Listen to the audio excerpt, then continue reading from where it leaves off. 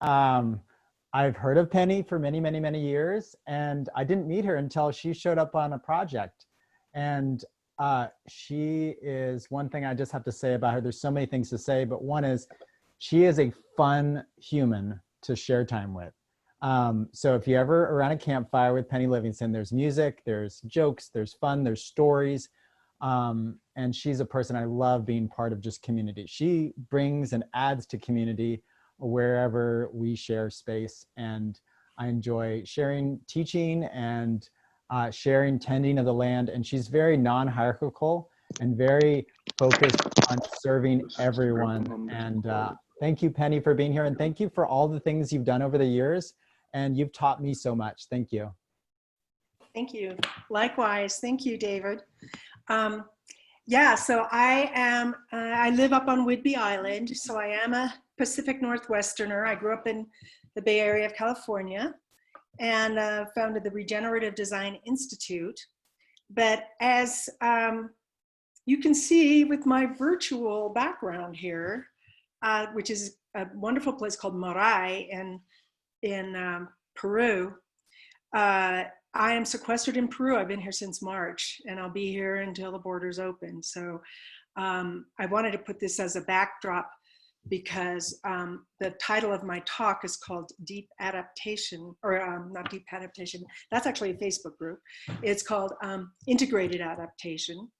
And I just want to share that this culture where I'm living in now, at one point in their time, had enough food stored for every man, woman, and child for 2 years. And then thanks to colonization, even after a month into the pandemic, or with a quarantine or whatever, we've been on serious lockdown where you can't really travel anywhere. People ran out of food up in the mountains in about a month. And now, since the lockdown happened and the quarantine, the farmers, the Quechua people are getting together and developing a plan for resiliency with the ideas of opening up their trade routes that they used to have before. So like in this place, I was just telling some people, I planted blueberries, avocados in the same garden. And 2 hours away, you got your coconuts and your mangoes. And then here you've got superfoods and water pouring out of the hills. But now, it's the story you hear. I kept hearing stories of poverty and malnutrition. And I taught a permaculture course here about 5 years ago, and another one about 2 years ago. And I think the one 2 years ago, I had these farmers in there. And I said that to them. I said, what's up? You've got superfood, you've got this climate that's amazing, you've got water pouring out of the mountain, you've got this glacial till soil. You know, why am I hearing these stories? And then later on, they said, Penny, I just want to thank you. They said, we've been colonized for so long, we forgot how rich we are. We forgot how much we have. We've adopted this mentality of poverty. And so now they're adopting a mentality of resiliency, not just because of that conversation, but because they realize that they have to. And so there's an upsurge and a welling here in Peru of transitioning to organic, getting off of the fossil fuels, moving into food sovereignty and food security. So it's a very, very rich time that's been happening mainly since the lockdown. And the relationship between foreigners and locals is delicate, but it's getting better. There's more trust being developed. So that's a little bit, you know, kind of a little nugget about what I've been doing since March. So I'm going to share my screen and show some pictures. It'll take a minute. And let me know if does everybody see this okay? Yeah. Go to one other thing. Come on a sec. Okay. I think, do you see the side things down here? Yeah, you're going to... Okay, I'm just gonna do a slideshow. There's different formats. This is better. Okay, that's the way we want to do it. So I want to just start sharing some stories and inspiration, because we as permaculturists, for however long we've been involved in this work, have been talking about mitigation and, you know, trying to keep things from collapsing. And yes, let's keep doing that. That's very important. But we also need to start adapting, because the climate has changed. We're in it. This is it. And it's it's gonna only get more extreme from what everybody I've been talking to and climatologists are saying. You know, all the hurricanes are the worst that they've ever been, and the floods the worst in record, and droughts and fires and all these things. So I want to kind of talk about how do we start to adapt. And I have a friend named Alizé Carrère who did, explored, she didn't do it, she just shared with me this project on how the people of Bangladesh have been adapting, because their land now is flooded. There's no solid ground. And so I'm going to talk about that in a couple of minutes, but this is what that picture is of. And I want to acknowledge the elders, some of my elders. One of them is Buckminster Fuller, who I got to meet. He was a friend of our family. And this is a vision that, you know, even back in the 70s and 60s and 50s, he was saying that it's possible to take care of everybody on the earth at a higher standard of living than any has ever known. It no longer has to be you or me. Selfishness is unnecessary. War is obsolete. It is a matter of converting the high technology from weaponry to livingry. And another incredible resource, if you don't already know about it, is the DRAWDOWN project. And what Paul Hawken kind of worked on this a lot. He kind of facilitated it. But what they've done is they've taken all the things we've been teaching and practicing and preaching about permaculture and putting into models and quantifying it, both monetarily and carbon, you know, how much carbon is kept out of the air as a result. And when you go through it, I was kind of a walking poster board for this book, because they did the data, they got the data that we're also busy working, you know, in our gardens and creating models and doing the work that, you know, it's hard for us to do this, but he's done it and it's in this book. And yeah, so check it out. And almost the whole book is online, so you don't even need to buy the book. You can just go to the website. I think it's just drawdownproject.org. Yeah, so here's a little story about the floating gardens of Bangladesh. So they've flooded. From all the deforestation up in the Himalayas, they have now are completely underwater. And there's children that have never really set foot on solid ground. And what they've done is they've created these gardens and they've created these islands out of sandwiches of like water hyacinths and bamboo. And if it's a garden, they'll put in a bunch of dung and then just sandwiching it. It's almost like floating chinampas.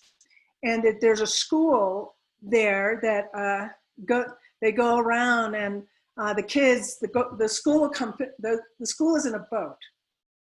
And the boat will come to all the little floating island docks and pick up the kids. And for the school day, they'll float around the water, and they have solar and they have computers and they do their school, and then they go back and drop the kids off on their little islands. But these people have completely adapted to thrive on the water and create and have the resources to make their own islands. They grow everything, like the water hyacinths are there, bamboo is there, the dung they can get pretty easily. So here's another unlikely, crazy, oops, excuse me.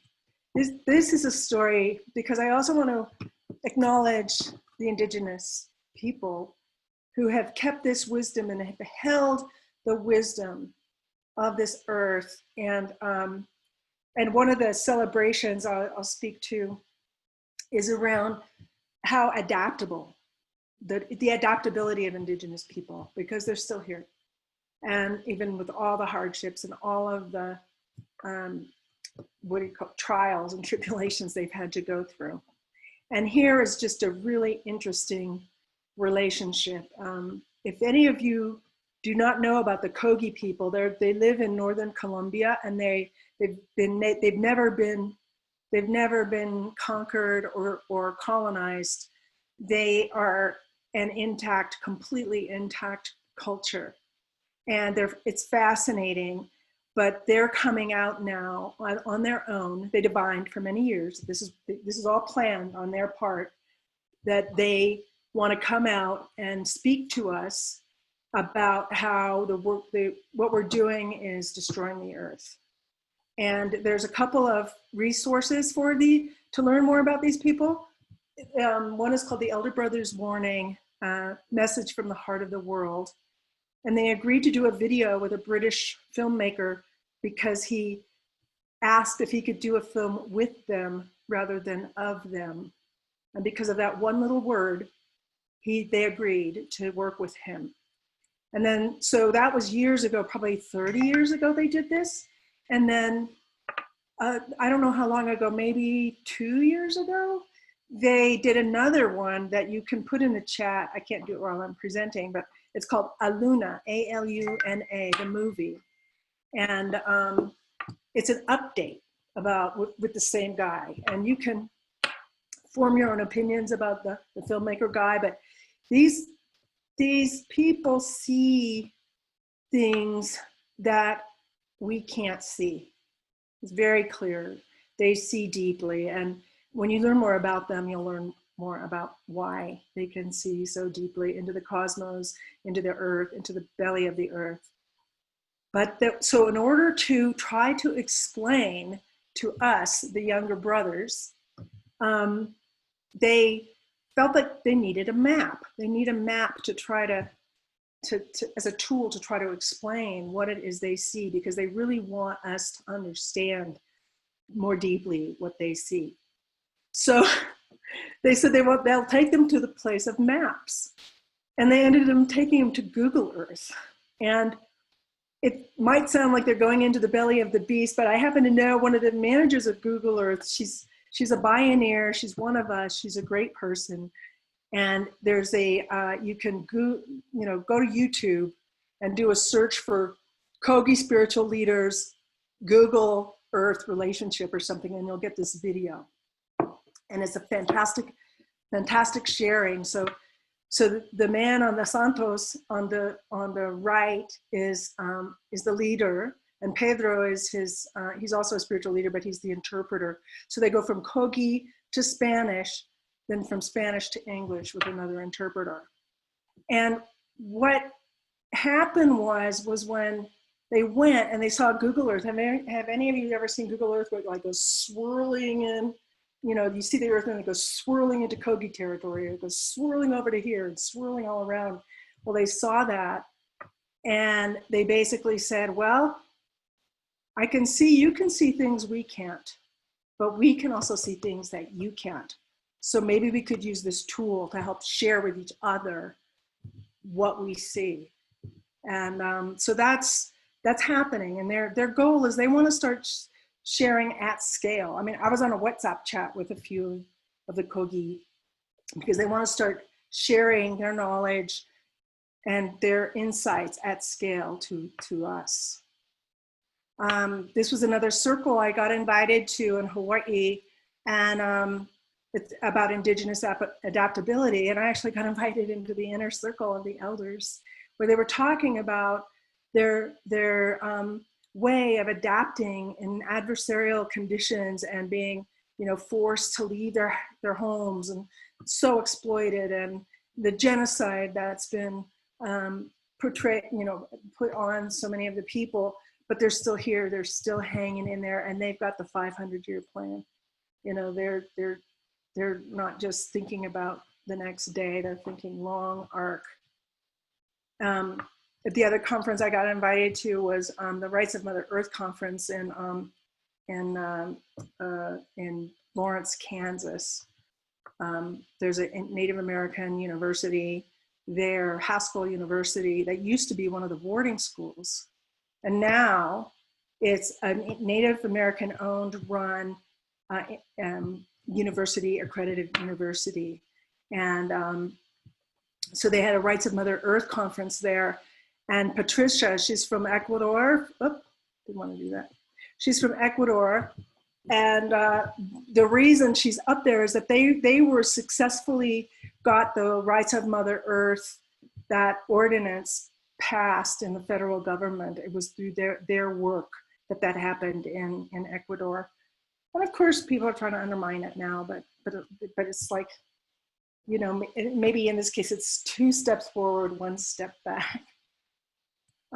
So that what came out of these conferences, it was really about worldview and what is our story around all of these things that I'm putting up here, like from food to governance to medicine to eco-literacy to shelter to energy, transportation, economy, land stewardship, water, soil.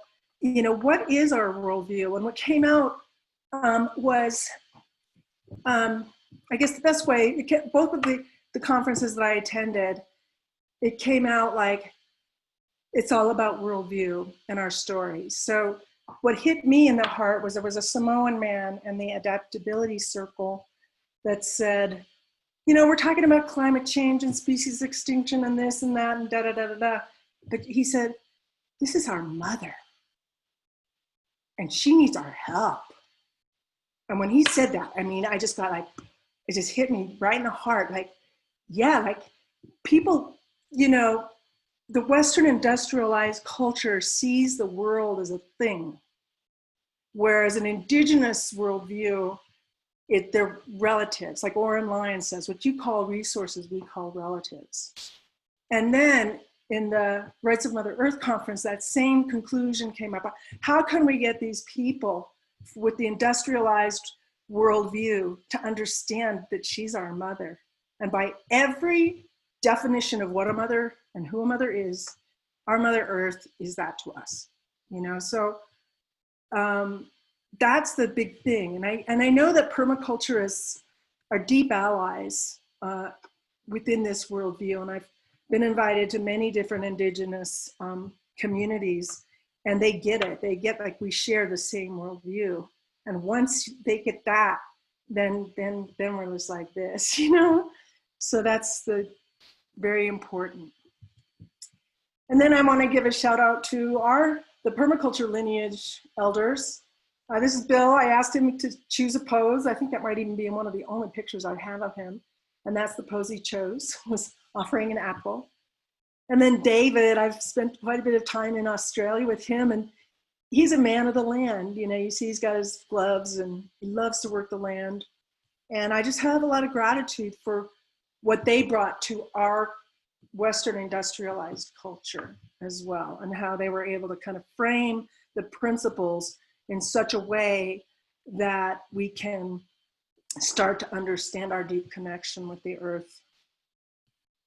And this is just one of the things that we work with in permaculture, between invisible structures and visible structures, and how you have to consider all of this. So you can't just think about, you know, plant systems. You kind of think about culture and laws and codes and access and education and finance and animals and structures and all of the whole enchilada.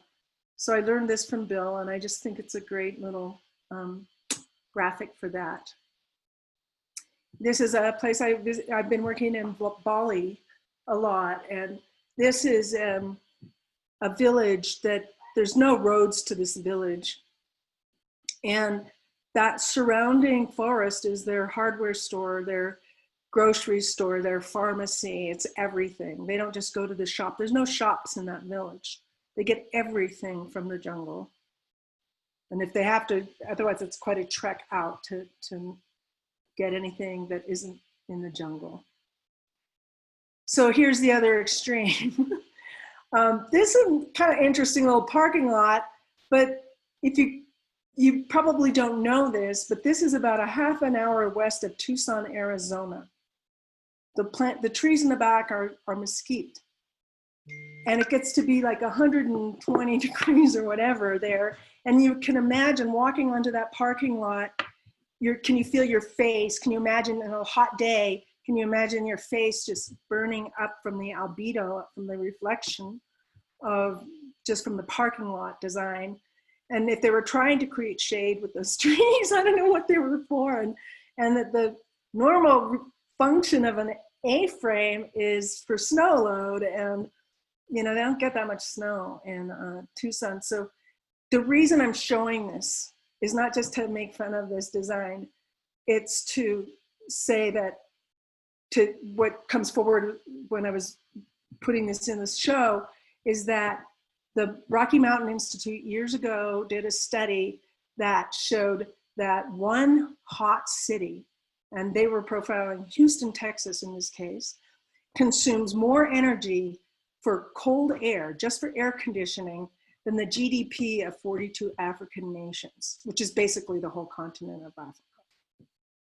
You know, so just the inequality and the imbalance, and people thinking, oh, well, they can just build something like this because they can just suck more energy out of the earth to do this. Whereas here is another, this is in New Mexico, but these plants are watered by the sewage. It's at a retreat center called Sol y Sombra outside of Santa Fe. And you know, what happens with these plants, and if you position it right with the breeze, you've got these biological swamp coolers, because the plants are evapotranspirating and sweating. So they're cooling off even beyond just shading the area. So this is why we have to start realizing we can't just keep designing for consumption. And I know I'm preaching to the converted here, but this is kind of also interesting. So this is from Science Magazine in 1999, but look at that little yellow square. That's the total area required for photovoltaic power plant to produce the total US annual electric demand. So what I would love to do is find somebody who could take a flash like animation and take that little square and dilute it around to put it onto the roofs of people's houses and of existing structures, because this is how they're responding to solar. So don't get me started about the green energy, because they're ripping out desert tortoise habitat to put in these ginormous solar systems. And the same with wind, but wind is not as bad. They did do Altamont where it was on a raptor flyway, so everybody can go, wind kills birds. But they've been redesigning the wind turbines, and that only really happens when you have a raptor flyway that you put the wind turbines on. So yes, it does happen, but it doesn't have to. That's my point. So here's what you could do. You know, here's the solution. Instead of ripping up desert tortoise habitat in the Mojave or whatever, you can just put it onto existing roofs. And that is much greener than, you know, having to do this. But the problem is having to have it centralized. But what they don't like is then we get to own the power, because it's our power at some point. So part of the solutions is we do have to power up to power down. And, you know, so it's a tragedy that we've spent all of these last few decades going into war in Iraq and, you know, trying to secure oil and trying to do all this stuff and consuming more resources in the process, when we could have been putting the energy we had into renewables. And then once that kickstart that process. I'm not sure if we can do that now or not. I'm not up on that. But then meanwhile, can we be as smart as a termite? This is on the equator in hot climate. And that termite mound maintains a average 60 degrees Fahrenheit with no HVAC systems, no heating and air conditioning. They do it by design. These little engineers, through convection and all of the principles of passive solar design, they can do that. Can we be as smart as them? Oops. And here's another one that I got exposed to. So I learned about THERMO-SYPHON hot water. where the water heats up and it goes into the water tank and it recirculates by itself using convection, heat rises principle, and cold sinks, and it circulates by itself with no pumps. And I learned about this years ago, and I was so excited. I thought, because I had never seen one in California, I'd never seen one in the US.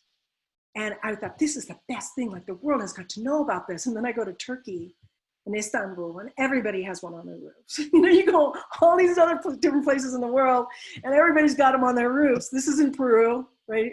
This one here is in Peru. This one is in, I think it's in Turkey. Anyway, yeah.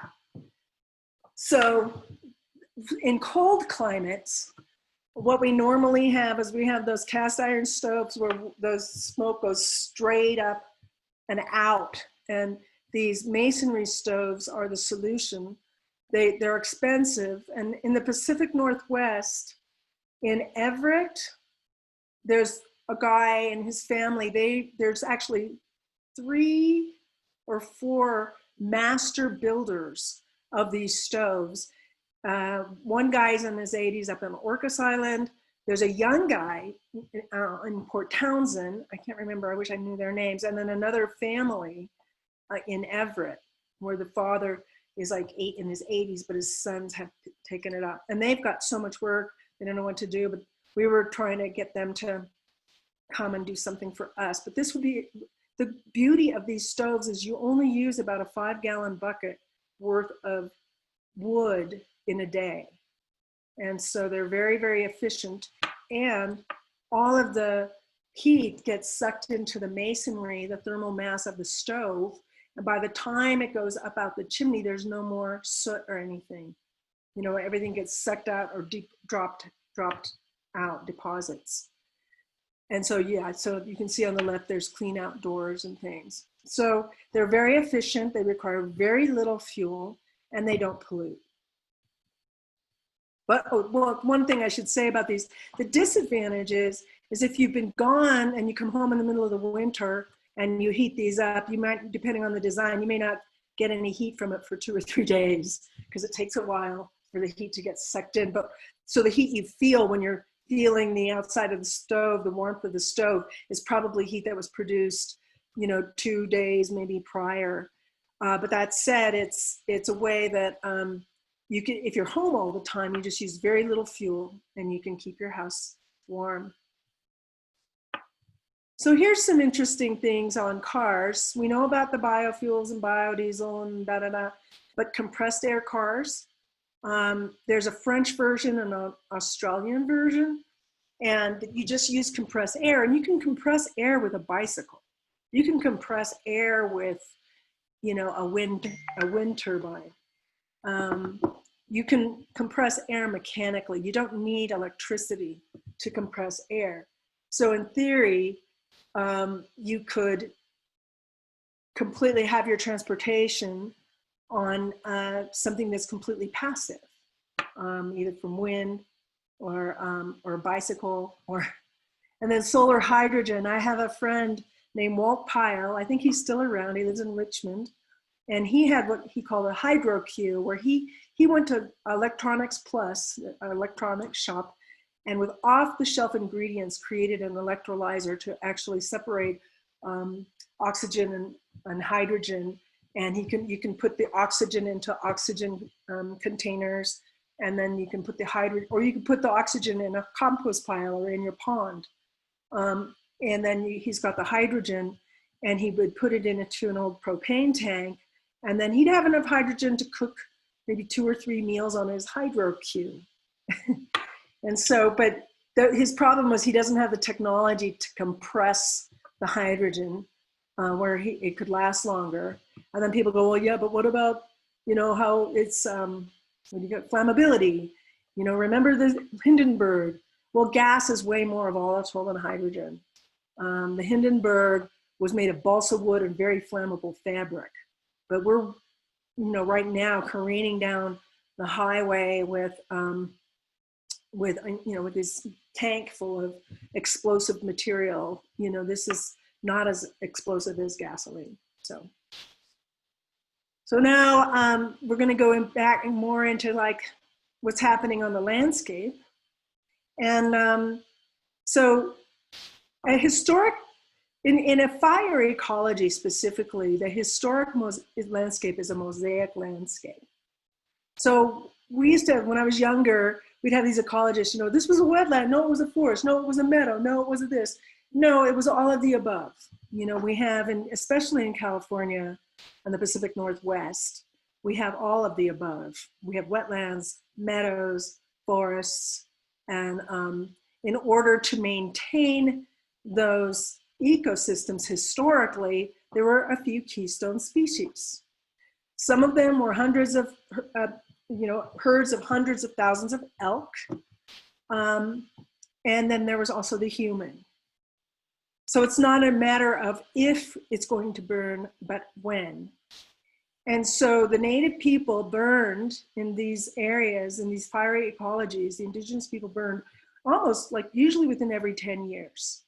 And they would do a slow burn, like you can see on the bottom, you know, often right after the rains in the spring. And you'll also notice that the trees on the bottom picture there's no fuel load. It's very, you can, in the historic landscape with Native American people burning, you could actually see through the forest. It wasn't a thicket.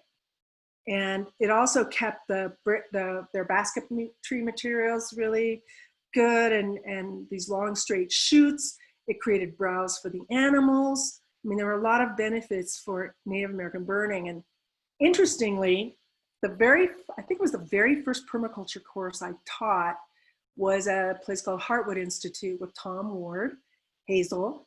And we had a visitor that he arranged named Arnold Schultz. And Arnold Schultz coined the term agroforestry.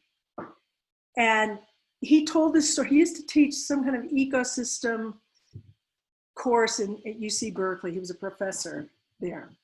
And he bought about 150 acres in Lake County, which is, you know, inland and very hot and dry. It's like oak savanna territory. And he had been talking to Native peoples. This was in the early 1950s. And he burned his land.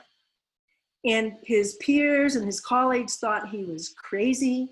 He almost lost his tenure. And then about a year and a half later, they had a catastrophic fire come through. And guess which land came out unscathed in that fire? And the rest got completely torched with a catastrophic fire. So what is a catastrophic fire? A catastrophic fire becomes catastrophic once the fire gets into the canopy of the trees. So if you're trying to avoid fire or trying to manage your land before the fire, you need to take out what they call fire ladders, which is basically a dead branch that falls and touches the ground. And once that fire hits that dead branch, it climbs right up into the canopy of the trees. And once it's in the canopy of the trees, it's all over. It's very hard to put out. And so when the Native people burned it, they never let it get into the canopy of the trees. And because they did so frequently, they didn't have the fire ladders and the fuel load, which I'll talk about in a minute. So now the Forest Service and different people are starting to do prescribed burning. And you notice there's just not a lot of, you know, brush. And you can see it'd be hard for a fire to get into these forests once they've done these burnings. And this is very much, they've been learning it from the tribal peoples of the Pacific Northwest. So this is the fuel load that I'm talking about. And you've probably seen forests that look like this. And, you know, if this goes unmanaged, that's how you're going to get these fires. And we're anticipating more and more fires, more and more smoke. And, you know, how are we going to, I think it's up to people, landowner by landowner, hope to manage their forest, because I don't think the government and the Forest Service has the resources to do that. That said, a shout out to the NRCS. I didn't put this in the slide, I just thought of it. Natural Resource Conservation Service. I know, right, David? It's like they fund these projects, and especially now, they will jump on it, and they give you all the water trucks and everything to help you. So you can always apply to them. And here's a cool thing. I don't quite have the sequence of slides that I wish I did, but this was a project we did in Petaluma, California. And this gully was created by a pipe that had been, you know, those drain pipes that they put around the foundation of a building to, you know, all the roof water that comes off the building, and then they shunt it into these French drains or whatever, and then the pipe shunts it away. Well, this was the away from the roof water of a large building. And so you can see it's created all this, it fire hosed out of the pipe. You can see it's created all this gully erosion. So what we did, we limbed all the trees. And so we're thus taking out the fuel load and the fire ladder. We got all these branches, because you can see there's quite a bit of, you can see fire, you know, a lot of dead wood here. We took out all that dead wood, oops, and we, thus taking out the fire danger. And then this is not a picture of that. I was trying to find a good photo, but I couldn't find one. But we did this technique called branch packing. And I learned this from Evan Engber from Bioengineering Associates. But what we did is we kind of did this, what you see here, but we did it in the whole gully. We didn't just make a dam. This is like a little check dam that they do with branches, but we just actually intentionally filled this whole gully up with branches. And the reason I'm showing you this is because you can see how they didn't just huck branches in there. They put them in with stakes and had a low spot and had to keep the water in the middle. Sometimes would cut into the cliff a little bit so the water couldn't work its way around. But we basically did this in the whole gully. And then I went back years and years later, and that was it. You can see that tree. So let me go back. So you can see here this tree, oops, this tree was about to go. I mean, it was gonna go, it's gonna collapse, being undermined. And then we went back and there's that tree again.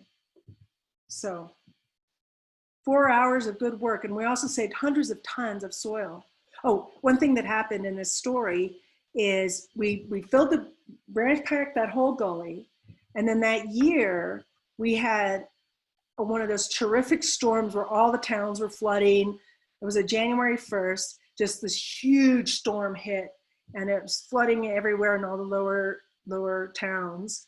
So we went back in the spring after all that flooding, and it didn't look quite like this, but we stuck our hand in there and it was just full of dirt and silt. And then I went back years later just to see how it's behaving, because that thing is still happening. That pipe is still there coming out of that building. They never fixed it. So some other options, as the natural builders know, is build houses that aren't flammable. This is the Dolores Mission in San Francisco, and it was built in 1776.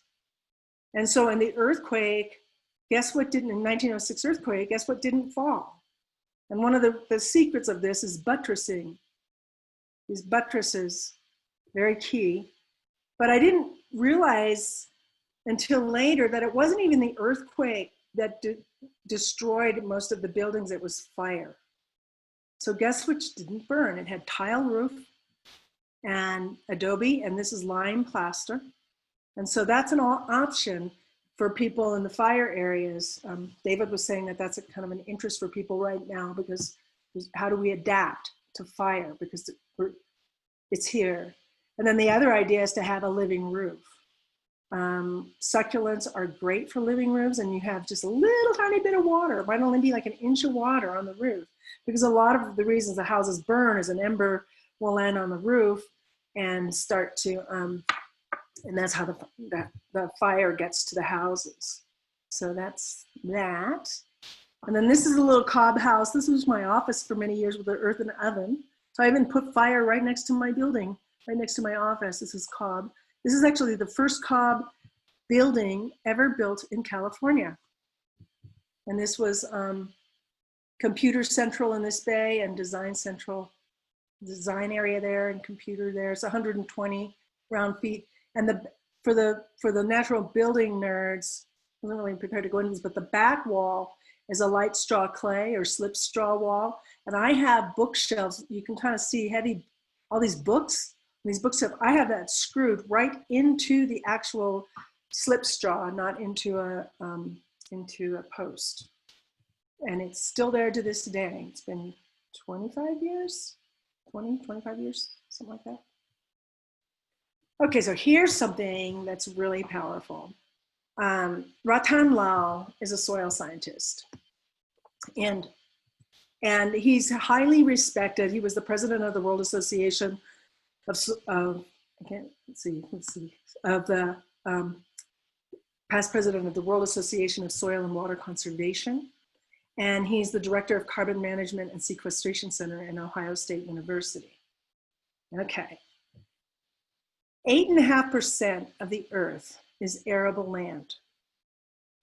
And this increasing the world's agricultural and grazing land organic matter levels by 1.6% to 1 foot in depth would drop atmospheric CO2 to nearly pre-industrial levels. Did you get that? We increase the humus on, he's focusing on grazing land because that's also very degraded soils, and often humus and CO2 gets sucked into degraded soils faster than they do with really super healthy soils, and to become organic carbon, because the soils are just hungry. They just want to slurp up that carbon. So they take atmospheric carbon and they suck it into the soil, and it becomes organic carbon. And how do they do that? Photosynthesis with plants. So this particular study where I was learning this, I learned this from Ed Collins from Carbon Farmers of America, works with grazing animals. And so if you have deep-rooted prairie grasses, you're not giving your cows or cattle or animals any biocides, like deworming or anything like that, antibiotics, and you intensively graze them and move them around. Cows actually have a slobber an enzyme in their slobber that stimulates grass to grow. So if you move them around, so the grass, when the grass grows back, the roots grow back. The cows eat the grass, the roots die back. Somebody write a song about this. And it's like this pump. And so grasslands, deep-rooted prairie lands, can suck atmospheric CO2 and turn it into organic carbon and store it in the soils in a very, very effective and efficient way. And I'm not dissing forests, because we love forests too. We need all of it. But a tree, in the life cycle of the tree, eventually the tree may fall, and some of that carbon is going to go back into the soil. Some of it will evaporate and go back out into the air again. So in the whole life cycle, believe it or not, grasslands actually put most of the carbon that they have into their roots, deep-rooted grasses. So there's a few caveats here, but that's one of them. It has to be deep-rooted grasses. So this is amazing. And so in permaculture, there's some people just in their farms, well, let me back up. In a really good organic farm where somebody's been looking after their soil and composting and cover cropping and doing all these cool things, they may have about 5% organic matter, which is high. But then there's places in some of these permaculture farms where they've been doing sheet mulching and just really putting a lot of carbon into their soil. They might have 8 to 10% organic humus eventually. And we think we could do this, if we really focused on this, we could do this in 10 years. So what's going to happen is some people are not going to be doing anything and the soils are going to be degraded, but other people are going to be doing, like the permaculture people, building soil, are going over 1.6% to build soil. And this is the most powerful way that we can reverse climate change, is building soil, growing plants, and sucking that CO2 out of the air, getting it back into the earth where it was before. And so one of the other reasons we're focusing on grazing land is because about half the land area of the United States, and in Africa too, is grazing land. So it's a significant amount of land. And you can see when properly grazed, this is what you can do with, we use the Allen Savory method. If you really want to nerd out here, let's see, because this is a permaculture group. I don't normally go here with these numbers, but so 1 ton of carbon is equal to about 1.72 tons of organic matter. So organic matter is 58% carbon. 1 ton of organic carbon oxidizes to 3.67 tons of carbon dioxide. It's almost double volume by volume. So how does carbon oxidize? It's from tilling, it's from digging. Even if you're planting a tree, if you're digging a hole, organic carbon is oxidizing and you're putting CO2 in the air anytime you're disturbing the soil, period.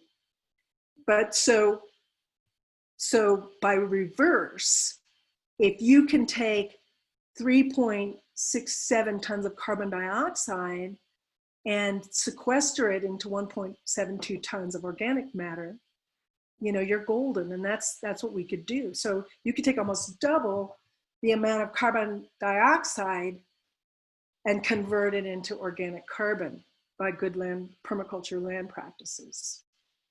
And how do we know this? We know this because of Dr. Whendee Silver, a biogeochemist from Berkeley. And I helped support, I think I raised about $200,000 for the MARIN Carbon Project to start looking at soil carbon sequestration in dry lands on marginalized soils. And it's compelling. And she's discovered that there is in fact net carbon sequestration by doing these practices. And she also, because people go, what about the methane and what about the car farts and blah, blah, blah. Well, cows don't do that if they're fed grass. They're designed to eat grass, not grain. And so if they're allowed to kind of go out and graze, well, the way we do it is they actually, because of predation, we try to keep them together and then move them around more intensively. But then when we get the manure, when she did bring some manure in that was composting in a healthy way, and there's this little machine here, this gizmo, it's called a liquor machine. And she said there was, when they were trying to find out how much methane was coming out of the manure, they couldn't find any because there was methane eating bacteria in the pile. So when things are in balance, you don't have the methane. And the methane mostly comes from it's not farting cows, it's actually belching cows from over these feedlots where they've been fed a bunch of grain, which they're not designed to eat. So the other thing we know about is our hero, Dr. Elaine Ingham, Soil Food Web, just compost teas and microbial inoculants. And that's what I'm starting with here in Peru to help the people transition, because they put chemicals on their land. They don't have the Soil Food Web on their soil. So the first workshop I did with them last week was creating a bokashi. We made bokashi. We did a compost tea with I brought an air pump, and then we are doing the indigenous microorganisms, those 3 systems, and then also just compost, and vermiculture. So that's what the workshop was, to kickstart the biology in the soil, in dead soil. And then this is the sewage treatment plant. This is processing sewage. This is turning waste into food and beauty. This is in Bali and Tirtaganga, in the sacred springs of Bali. My friend Emerald did this. This is an away garden, and this is in Bali also, where their sewage, after the effluent just goes subsurface through the garden, and this is their garden. Looks pretty healthy. Eco Machines. John Todd and Nancy Jack Todd have been 2 mentors of mine, and that's where I learned early on in the 90s about how to clean really toxic water biologically. So for example, in this particular model, this is in Rhode Island, This is processing effluent from a dump or some leachate from somewhere. And he said it had all but one pathogen known to man. I don't know what the one missing pathogen was, but it had all this toxic, like nothing could live in there. So the only thing that could live in there are the anaerobic bacteria that live without air. And they did a little bit of work, and then they'd keep, so what he did is he just went out and he got marsh mud from freshwater marshes and saltwater marshes and just kept inoculating and over and over and over again. And every time there was like these little rock stars, these little critters that would do their duty or do their job, and they would, you know, break it down, all the toxins a little bit more, so other more organisms could live. And he kept doing that, and finally pumping in air, and then he could put in plants, and then he could put in shrimp and snails, and eventually he rendered this water 99.999% clean from super toxic. So it can be done. So these are just some other pictures. He won the Buckminster Fuller Award for 1 year. And this is another one of his projects. This is in Seoul, Korea. Check it out. And it's a whole biofilter. It's processing the toxins from the city. So there, that's what it was, the highway. You can use this building as a reference point here. And he just daylighted the creeks. And so that's an urban strategy. Richard Register, if any of you guys know him in Berkeley, he started that idea of eco-cities, of daylighting streams and creeks, you know, start creating watersheds within the city. But what's cool is they actually also double as filters for toxins. And then this model was, I showed the picture before, but this was a model where I had a duck shortage. I had so many snails and slugs in my garden, I couldn't grow anything. So I thought, we don't have a snail problem, we have a duck shortage. So I got ducks. And then I thought, well, I'd rather sit next to a pond than change duck water all the time. So this model is, and I was actually working with John Todd's staff to design, I learned about living machines, and then I'm like, do you have to put them in all these vats? Can't you just let it run like through a marsh type system? And they said, sure. So I built a constructed wetlands before I ever knew what a constructed wetlands was. And so the water comes from our laundry and bath. It goes through goes through an underground biofilter, and then and then it seeps in through here. So there's like a gravel trench, boom, boom, boom. And then I have a pump. I had a pump that would circulate water. Actually, it goes this way. Circulate water. It would run down through this creek. And that's what I looked out at from my office. And that would aerate it and also put it through an additional filter. And eventually the biology got in enough balance. It took a few years where I had to use the pump for something else. So I took the pump out and the pond was fine for years. So that's just a little way that you can process your gray water. And there's a funny story. Let's see. Oh yeah, the story is, after I put the gray water in, the ducks wouldn't go in the pond. And I'm like, what? And right after I built this, I went and did a course with Bill Mollison down in Texas. And at one point I asked him, I said, why won't the ducks go in my gray water pond? And he said, because they'll sink. And it turns out even the most eco-groovy soaps, all soap has surfactants in it, which makes water wetter, which breaks down the oils in the ducks, underneath the ducks' feathers, and they didn't like that. So then I started reframing my whole pond. But then by the time I got home, after about 2 or 3 weeks, the biology, I did inoculate it with some marsh mud. The biology kicked back in, and the ducks were in the pond, and I had to kick them out from their pool party so they'd go eat bugs. I mean, they loved the pond, and that was the indicator that even the surfactants were taken out of the soaps by the biofilter.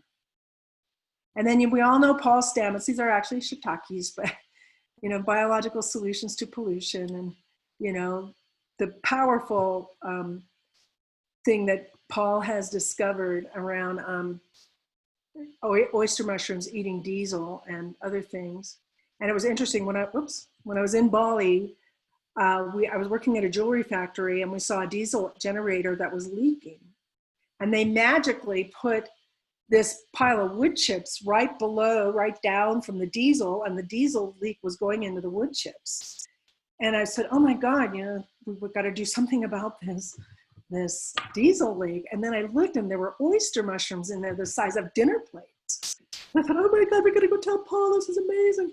By the time we got home, Paul had already published his article about oyster mushrooms, and this picture, I mean, look at these things, they're huge. That I saw that in Bali without really knowing anything. But yes, the diesel went in the thing, into the pile, and the oyster mushrooms came. So this is just another cool thing I wanted to show you is bamboo. Because bamboo, if you live in a place where you can use bamboo, it likes humidity. And, but all of these posts or poles, they grow in 4 years. The bamboo grows like 70 feet in 3 months, but they wait for it to be about 4 years old so it gets denser and stronger. And they've discovered that if you soak it in a pit with boron, it kills the bugs. And so these buildings are super high end. This is outside, it's called the Green Village is the name of it. And maybe some of you have heard of the Green School. Some friends of ours started that school and they saw our garden. This is how a garden can inspire. They saw a garden and they're jewelry designers. And they're like, we want to do this. And I was thinking a little bit like, yeah, right. Well, they ended up doing permaculture on steroids. Like they've got this green school that's made entirely of bamboo, integrated curriculum, no waste. They've even got a giant turbine where they take some of the water out of this big river and run it through this turbine and produce, I think, 3,500, 4,000 watts or something like that of power, and then they return the water back to the river. Yeah, so, I mean, just the tensile strength of these things is incredible. They use the system developed by a Colombian architect named Simon Velez, where they put a little bit of concrete in the joints with rebar to tie the bamboo together. But yeah, just showing innovation. And so here's another idea that I was thinking about. So we know about the Great Pacific Gyre. Well, what if we went out there in a barge with a trash compactor and built an island, you know, like these floating islands of Bangladesh, but floating islands of plastic. And you know, just an idea to kind of keep it out of but sequester this into something where it might be of use. And this is in Dubai. And the problem with this I've driven out there, you know, there's condos and all this stuff on this island. It's huge, but they built it out of sand and rock and it's starting to erode underneath their foundation of this island.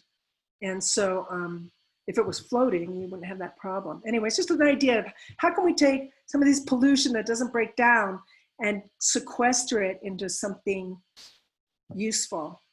And then regenerative agriculture. I know I don't have to say too much about that in this group, but I think also perennials, agroforestry, I think is the answer to also helping transform agriculture from being what Bill determined to be the most destructive activity on the planet to becoming, you know, a regenerative system, sequestering atmospheric carbon and putting it into the ground where it belongs, and creating these polycultures and get away from monocultures. And I'm showing these because this is like farm scale, it's broad acre scale. You know, you can still have, you know, be able to, if you need machines to harvest or whatever, you can still do that and have it be biodiverse at the same time. This was a little project I did in Hawaii. So you can see this hollow plant, it's like a little palm. 8 months later, it's all food. It's crazy. Hawaii, 8 months. A lot of it's pigeon pea and sweet potato and galangal and Malabar spinach. And then there's smaller ones in there like mangoes that are slower, and bananas are coming up. It is very cacao. It's very diverse. But I start thinking, why don't I garden anywhere else? It's 8 months. Here's one that I did my first permaculture garden. This was my kids, my family. And this was one of the iterations about a year and a half later. You can't see the pear anymore. The walnut, you can see this is like late winter, early spring. Walnuts don't have their leaves, but then the leaves are starting to come out. Walnuts come out a little late. Oops. And oops, sorry, I'm stealing my own thunder. And yeah, so just with the power of mulch. And I would use the straw on the beds and wood chips on the path, but I ended up building about 8 inches of humus over 10 years there. And again, you know, I'm doing my part to take CO2 out of the air. And then just the whole idea of reskilling and eco-literacy. And this is a big part of what y'all are about and what these convergences are about, and everybody's sharing recipes and things. And, you know, just to say how important this is now. And this is all the work that all of you guys are doing, learning our useful plants. Many of you may know Rebecca Burgess from the Fiber Shed Project, where she made a vow to not wear anything that wasn't completely produced from about 150 miles of Marin County, California. So she got to walk around in all these stylish clothes, like the cotton had to be grown, the you know, milled and dyed and produced into fabric and sewed. And then this is in Peru. This is all natural dyes. We did this in one day in Peru with these weavers of all these different barks and plants and cochineal. We actually ground up these skeletons of these beetles and became the red cochineal. Anyway, yes, it can be done. So, can you hear me okay? Good? So, yeah, and then the idea of medicinal food forests, that's something that I started thinking, like when you do the food forest, one of the best things you can do underneath it is provide medicinals and aromatics as a you know, the herbaceous layer. And hold on a second. Oh yeah, and plant insectary plants. You know, this is really, really, really important right now because, as you know, we've lost 75% of our insects right now. And what's happening is people, when the insects are migrating, say migrating insects, because the temperatures are changing and plants are so kicked off with the temperatures that when the insects migrate down to do their thing, their plants have already done their thing and there's no food for them. And that's one of the reasons why we've lost a lot of the insects. The other one is, of course, due to pesticides. And so planting insectaries of having things blooming all the time, native and non-native, is really important right now to help preserve the insects. I've talked to truckers who say, you know, or maybe some of you, you know, driving from, say, Washington to California, like I remember when my windshield would just be splattered with bugs, and now they're not. And that's what the truckers are saying, driving across the country. They say they don't have to clean the bugs off their windshield anymore because there's hardly any left.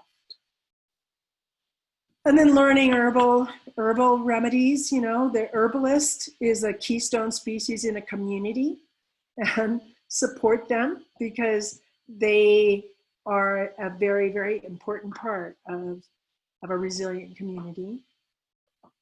And then just blending annuals and perennials together. You know, I remember the day when you had your tomatoes over here and your apple trees over there and your, you know, onions over here, but taking things and shuffling them together. And you can do it at scale too, you know, like imagine kind of flying out like with a drone and looking, you can still create these biodiverse systems on a larger scale. And then a lot of communities are doing, this was in Turkey, it was a open space thing that we were doing in Turkey, in Istanbul. And so people have been, for years now, they've been looking at their resiliency and trying to figure out, you know, what to do and how to problem solve and what they need to put in place in order to create, because we've been seeing this train wreck coming down the pipe. So we've been working on this And as you know, community economic localization is another thing that we need to we support. And I know I'm not telling you now anything that you don't already know, but I'm just putting it into a package to just say, like, these are all the components that we need. And shout out to the transition movement, Rob Hopkins. I'm wondering if, in a nutshell, the whole transition concept of transition towns was conceived as a permaculture design project in Kinsale, Ireland. It was taught by Rob Hopkins. When Rob asked the question to the students, what is our energy descent plan? And they came up with this whole process of how to start bringing communities together to ask that question and actually have the answers come from within the community instead of some expert coming on and saying, well, this is what you need to do. Have the people themselves figure out, because they know their place better than anybody. And then if any of you, I got to go to this Tierra Madre event in Italy, and it's 6,000 farmers from all over the world, from like Kazakhstan and Bolivia and Japan and the US and Northern Africa and Congo and Zimbabwe and you name it, they were there. And the cool thing about it was that the people that are on this stage are all people from all over the world, like from all these countries. So there was people from Iraq and people from the United States that were at war. There were people from Pakistan and people from India and people from Palestine and people from Israel.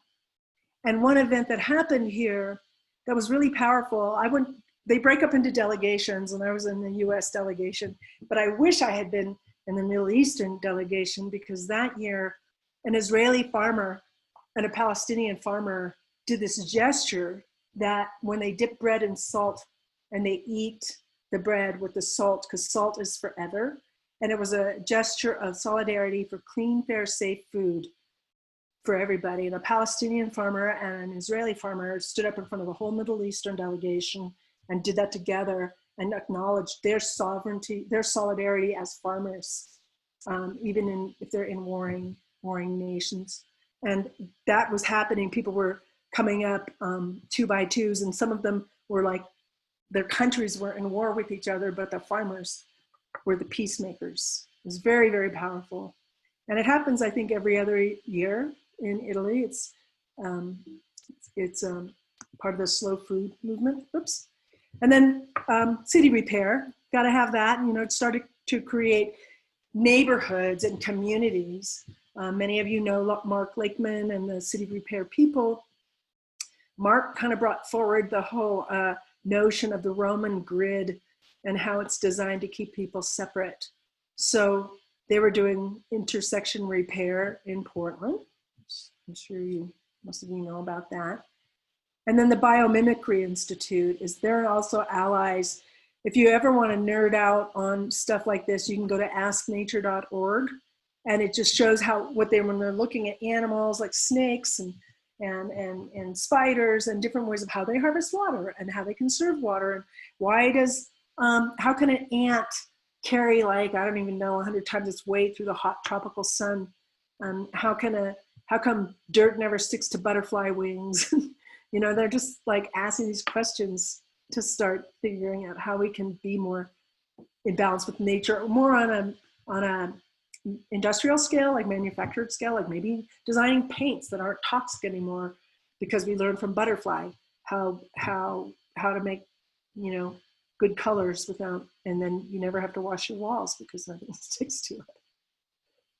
And here's another company like that called Pack Scientific, and Jay Harmon, he wrote a book about this called The Shark's Paintbrush. And he basically took a fan, like a regular fan, and designed it like a lily or like a shell. And he just changed the geometry of the fan, and it's 75% more efficient. And there's no turbulence in, like I say, if it's a propeller on a boat, it's not chewing up sea creatures. and it's much, much more efficient energetically. I don't know if I can do this, but this is a guy came to my farm, and I would love to see somebody do something about this. What he did is he took a pressure washer, and I had this thicket of plants. It was mostly like wild radish, poison oak, blackberries, hemlock, and he took,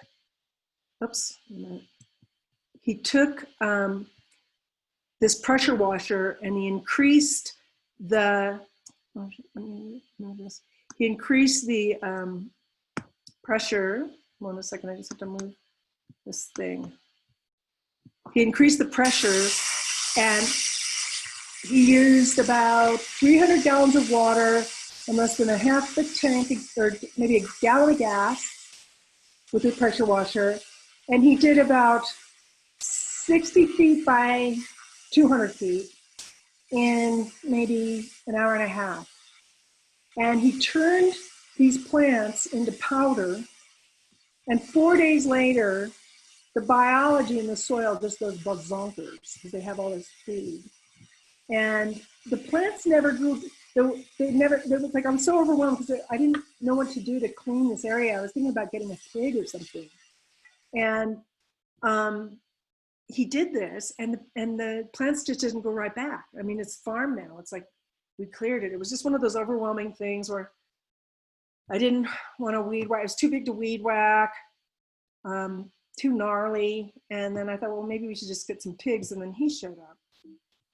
So that's that story. So if you any tinkerers out there, play around with this, because people would not, the parks would not have to use herbicides anymore. And the people along the road would not have to use herbicides anymore if we could figure this out. And can also be very accurate. So we're at a crossroads, and just looking at youth and elder and education and training, translating into jobs. So this idea of mentoring and the idea of skills. And this is just something that we're working on here. Many of us are. And just looking at the different generations and bringing the youth and the elders together, because that's been something in our culture that has been missing a lot, I believe. And so we're bringing that back. And so we've created these intercultural, intergenerational dialogue circles. And so we had intergenerational listening with deep respect for each other. I'm sorry. Bringing hearts and minds together. Sharing worldviews. No matter how different we are. And Annette, she's from the Western Kimberleys in Australia, and Elke is from Northern Germany. And what I love about this is just look at the love in their eyes, just that they're sharing. They come from such different worlds, and there's just so much love there. And so we're in celebration, in unity for the earth. This is just me playing around with PowerPoint. Carbon sequestration, permaculture practices, biodiversity, soil restoration, global food security. We got this. And here's a quote I love by Terry Tempest Williams. The eyes of the future are looking back at us and are praying for us to see beyond our time. And we can do it. And that's it. So that's how you can get in touch with me, is through my website. And I will stop sharing now. I haven't been able to read any of the chats, but I'm going to save chats so I can read them.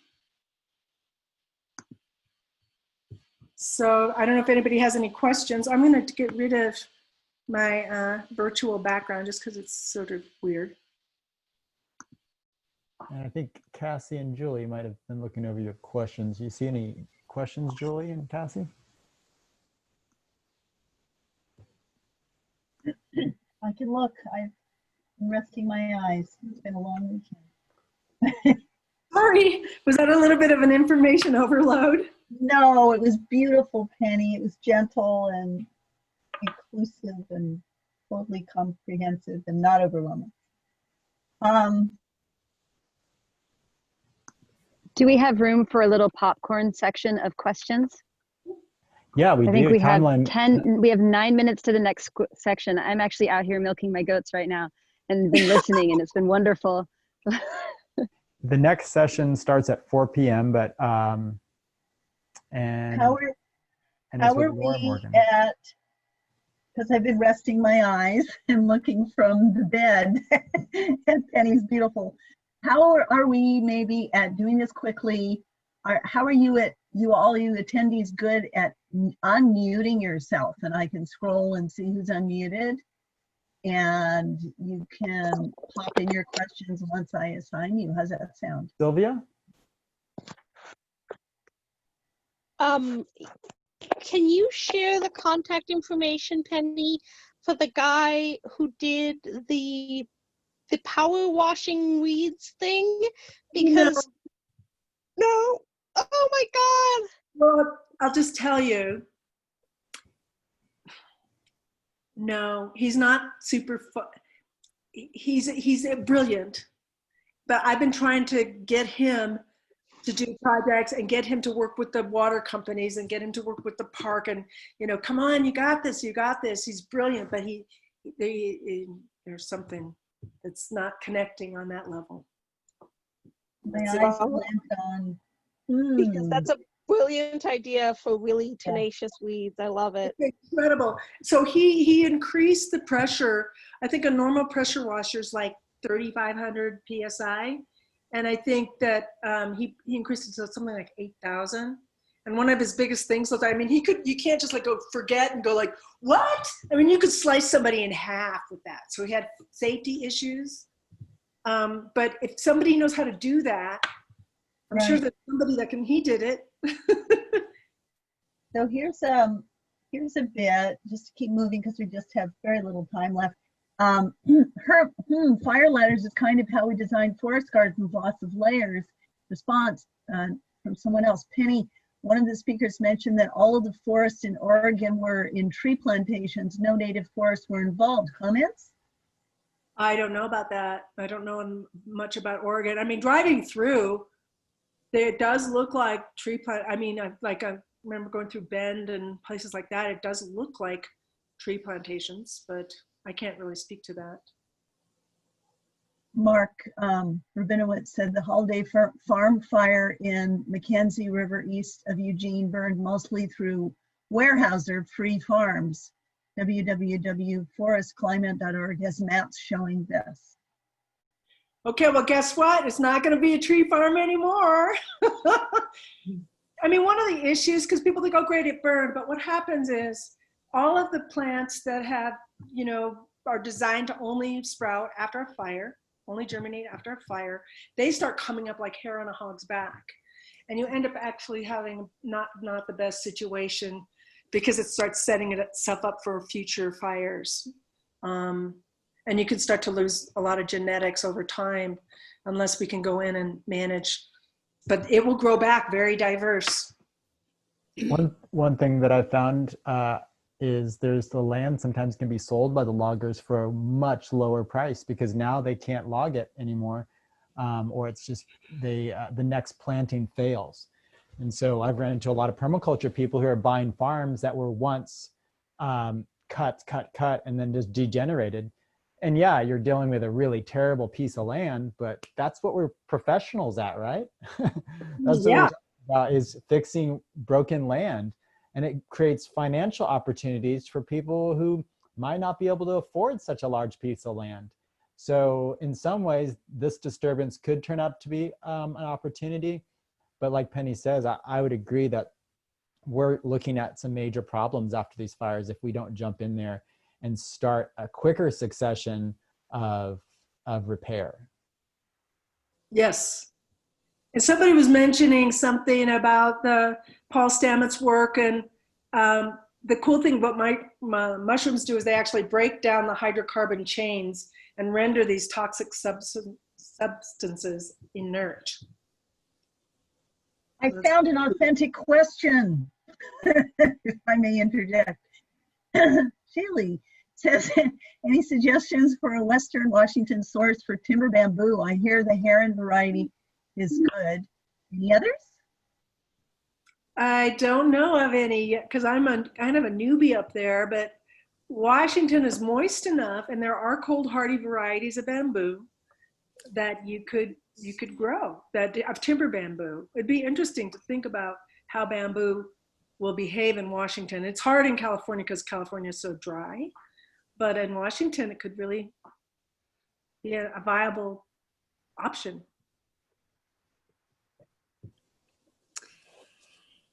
There's a lot of bamboo grown in the Skagit Valley, you know, all over Washington. There's Henry, if you know him, was a bamboo aficionado, and he worked with Ann Schwarzer Farm, and they have many different varieties of hardy timber bamboo. Well, some are timber bamboos, a lot of bamboos that they're a really good resource. If you don't know Ann Schwartz, she was the president of Tilth organization for a long time. And there's a ton of information on bamboo in Washington State. I grow like 17 different varieties in Southwest Washington. Some are bigger than others. There's actually a lot of good stuff. Sorry. I apologize. I thought you were done.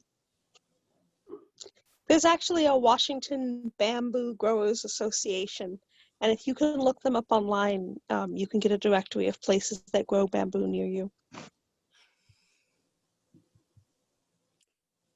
I think Kathy Ging had her hand up. Yeah, just quickly, I wanted to just mention again, Penny, about the agrivoltaics, AGRIVOLTAICS. I put some information up in the chat the last couple of days about it, but apparently 1% of the farmland in the world can be used and still be used as farmland, but putting the photovoltaics up as coverings over sheep and things like this. And OSU Corvallis last year had an article in the paper about this, and I saw it on the news 2 days ago, which is why it's fresh in my memory. There is actually a company on the web called Agrivoltaics, I think LLC. That's cool. Yeah, in Bali at the Green School, they put the photovoltaics over their ducks and chickens area. Here's a, I was just going to say the next session doesn't actually start till 4. So there's technically about 10 minutes if people had extra questions. Christy, Christy So has a question. I've got a bunch of background noise. Maybe can somebody read my comment? Which is yes, it? go ahead, Christy. Was that Christy? No, go ahead. Read. Kelda's Yeah, comment. read Kelda's comment.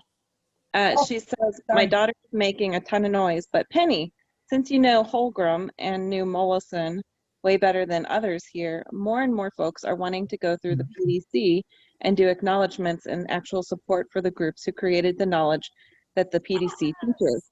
I'd love your thoughts about how to even start that. So are they saying they want a PDC from that lineage? Is that what they're saying? Well, you're not gonna believe this, but I'm doing a permaculture online course. I'm almost embarrassed to say it. With Stephen Brooks in Costa Rica. We have 200 people signed up with a 350 person waiting list. Oh my God. I bet they were like shocked. But the good news is like for every 10 paying people, we're giving a full scholarship to a BIPOC person. So it's quite diverse. And so there's like 13 or 14 scholarships that happened there. And we're going to do this again, you know, but that's one way until we can do things in person. We always thought it was an oxymoron to do a PDC online, but actually it's turning out to be really great. And at the end of every class, we do 2 hour-and-a-half sessions. And at the end of each session, we have what we call happy half hour. And people can leave or they can stay and hang out. And Stephen is a total character. I'm kind of the straight person. And, you know, just the facts man. But anyways, it's really fun. And there's this whole 27 countries, people coming together. And the cool thing is like this, that you can put all these questions and comments and cheering people on in the chats. So when somebody's sharing, people can respond. there's actually a dimensionality to these online formats that I unexpectedly appreciate. So Marcy is wondering if the class is in English only. Yes, it is. And we made that really clear that people have to know the English language, but we've organized them into their design groups, and there'll probably be people, you know, can speak Spanish or whatever other language, but yes. I'm kind of curious how you guys decided like to do for every 10 tickets one scholarship. Like, was that an arbitrary number? Was that based off of something, or? I think, well, it's the team. It's through this organization, new organization called Ecoversity, and they're based in, well, they're mainly based in Costa Rica, but they're kind of there's people from the States that are in the back end organizing team. They decided that, and I'm glad that it gives people a chance to have access to this information that don't have the money to pay for it. Oh yeah, I just didn't know why it wasn't like 8 or 9 or 7. You know, probably. So Penny, my question is more like all of the different skills, you know, like permaculture gets the critique that it's indigenous skills that are repackaged or branded and made the curriculum. So like, how can we go through and for each group that, like, you know, the descendants of the people who created this, like, where are they now? Are they still struggling with colonialism? How can the permaculture community kind of step up and one, acknowledge, but two, also support, you know? And so from what I've read of like Bill Mollison's autobiography, he doesn't really credit that many people, and it's like actually kind of a stupid book. I don't know. It's just, I mean, I think it's out there in like little bits and pieces, but I just love your thoughts on how to even start. Well, first of all, I have 2 thoughts on this. One is, it's not all indigenous skills that we're doing here. We're mixing what works, some of it. But I think the most important part is, which I think is the prayer of the ancestors, is that we are getting back to remembering the worldview of what it means to be indigenous. So not that we're indigenous, but just like developing that relationship with Pachamama, with Mother Earth, and having her in our heart and having that relationship with the earth. Because I've worked in a number of indigenous communities with this, and they've been waiting for us to frickin' wake up and come back to her. And we are, and they love it. Like the Global Earth Repair Conference, did anybody there? Like the Native people that were there, they were like loving it. They were so, because it was about the topic, it was about earth repair. It's about going back and healing the earth. And I could tell you so many stories of stuff that's happened. So, and nowhere does it say, you know, in indigenous culture, does it say catch and store energy? Or, you know, people just, they didn't have to talk about it because they were embodying it. And so the permaculture principles speak to Native people as much as anybody, because we are all have been colonized. And I'm just saying, like, nobody except for the Kogi maybe we've all been disconnected in so many ways. And the only reason we have the permaculture principles is to help us get back to thinking this way. And a lot of traditional indigenous people already are thinking that way. You know? So it's true. It's true and not true. I mean, I'm part of a course right now where I'm the only non-Native American, and so so the principles don't. I mean, but it's like the critique is also true that permaculture uses a lot of indigenous skills. Wait, and yeah, and so it's like if someone asked me that, you know, like why isn't permaculture doing more to acknowledge? I wouldn't feel comfortable answering with like, well, it's for everybody. And we get, I mean, I like to bring up like the coppice and the hedgerow as part of, you know, like it's European, you know, ancestry too. But I you know, like I think that would be a cop-out kind of answer if I gave it. I mean, we're all permaculturists here, so I understand. Right. Well, you know, also when you're someplace, one of the things we always do is acknowledge the ancestors in a place where we are, and bring that in and acknowledge the territory. I know the Permaculture Convergence does that. I mean, that's a beginning of acknowledgement, you know, like that's, I think acknowledgement is an important thing, you know, and that's where we can start. Or maybe, but you know, Bill Mollison died, you know, and so more of our elders are going to pass on. And I mean, is there a place that the people he was talking to was collected, or people could remember the stories of like, oh, he traveled here and got that idea there, you know, like that kind of thing is, we're going to lose that because he didn't really, to my knowledge, keep track. I think Where he was inspired from. I think some of it probably was from indigenous peoples, but one perspective also is he was looking at the jungle and looking at the forest and observing the interaction the same way indigenous people did. Indigenous people across the world, we're looking at the same things, and so sometimes we get to the same things. And something Penny said earlier was that this is not as much, some of this is just a pathway out of the ditch that we put ourselves in. And it's realizing, hey, we're in this ditch. Here's this pathway here, and how can we make our way out? And some of that is from looking at nature. And people throughout all of times looked at nature. Right. But if someone had that critique and asked me, the answer you just gave, I feel would be a cop-out. Well, the interesting thing is observing Bill, because he did a course in Ecuador with like people from all the Achuar, Shipibo, the oh my God, there was a book written about this group of people called savages, Warani, the Warani, and they had all these different indigenous people. He did another one in the Paiute territory in Nevada.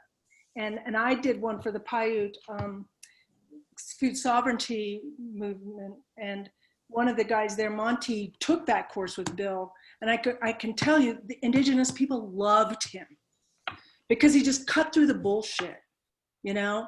And just, you know, we can talk about it now, and it's, I agree, it's like, who's saying it? You know, whose mouth is it coming out of? But I'm just saying, Bill, he's like this patriarch, smoked, you know, he didn't drink when I knew him, the whole time I knew him, but they loved him.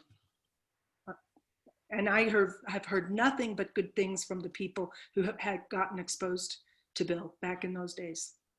And I would also ask a question of ownership of knowledge. Would the indigenous people say they owned the knowledge either themselves? And I think if we were to walk away from even saying it's a Bill Mollison or anything, it's nature owns the knowledge. And nature did hand it to the different people, and it was a gift from the Mother Earth. Not that it's like the Native Americans are like, well, we can't give you access to this, we can't give you this land because it's not ours either.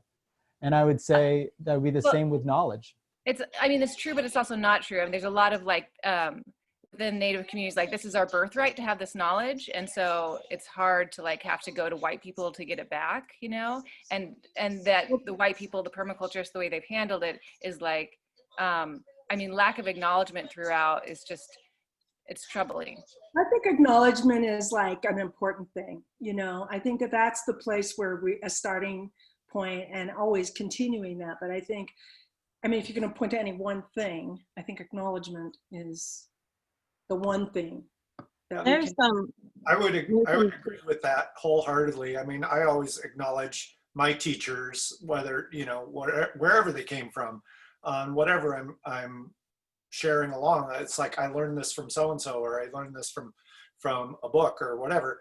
But I'd also say that there is, I mean, you've all probably heard of the 100th monkey theory, where it's like, pretty soon it becomes common knowledge. Like if you're paying attention, and you're like what David's saying is learning from nature.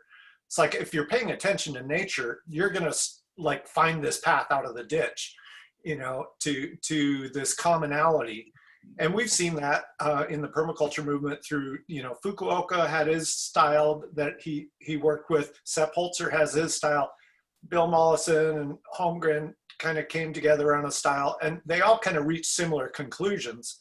Whether that was, I mean, that's through their life experience, through learning from indigenous communities or their own observations or whatever, but they found this commonality through, you know, this universal language of nature.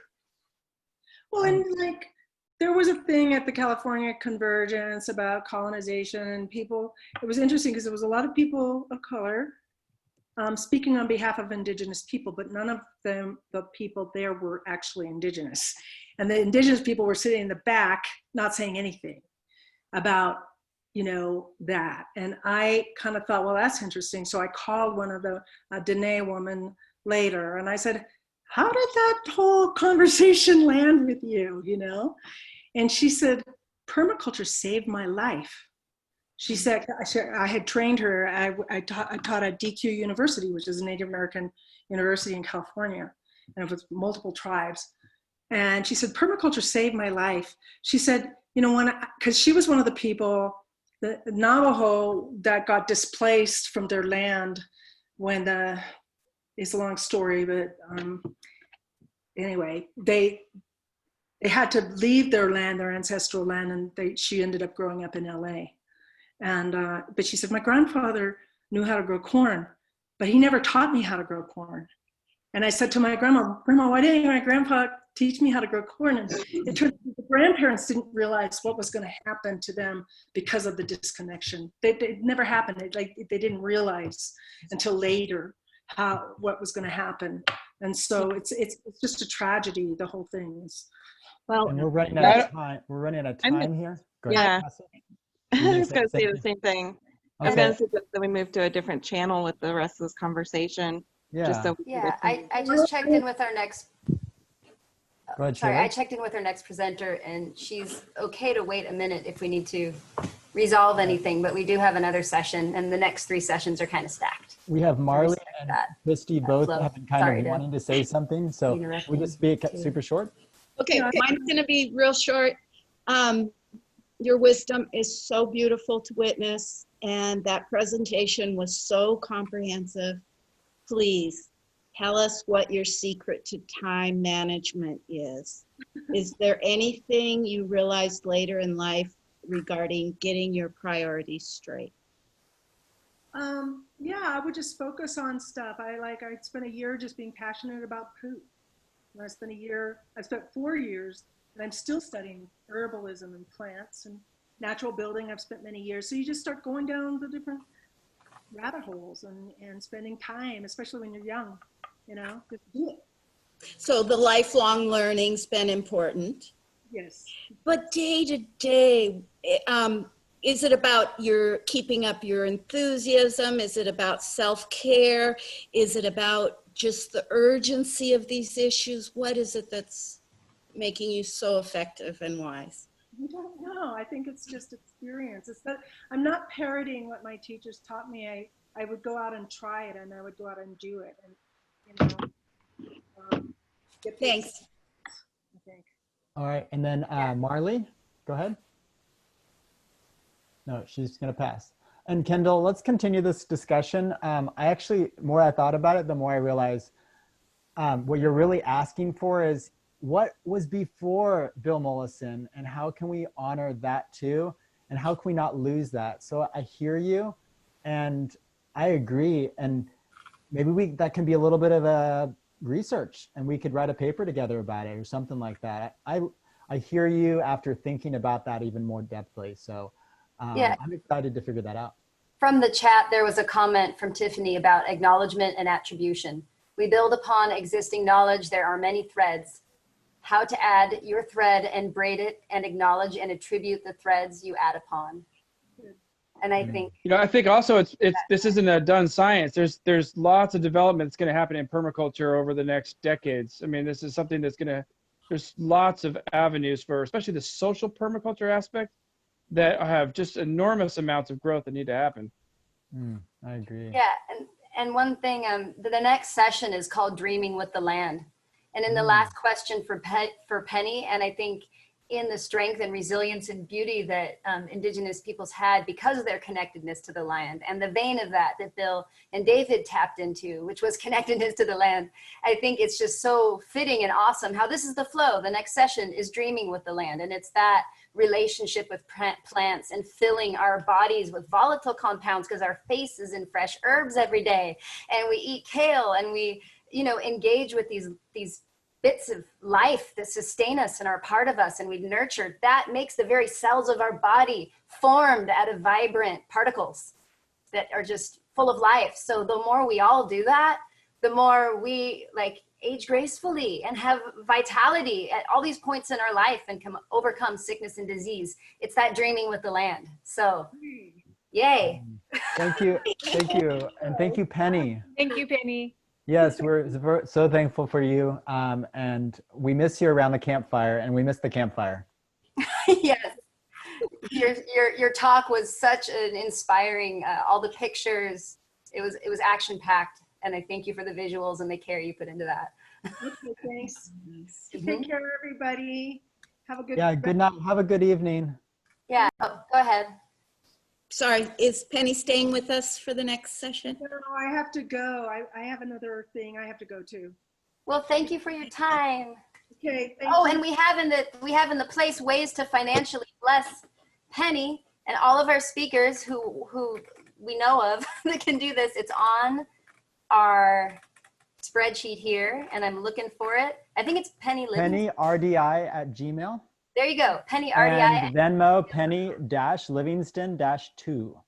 Yeah, and she has contact information on a website that is pennylivingston.net. So that's how you can reach Penny and ask her questions and say, when can I see you? And all those great things that we do when we love each other and value their work. Thank you. Thank you, Shaylee. Thank you, David. Thank you, everybody. So, Thank you for your hearts. Thank you.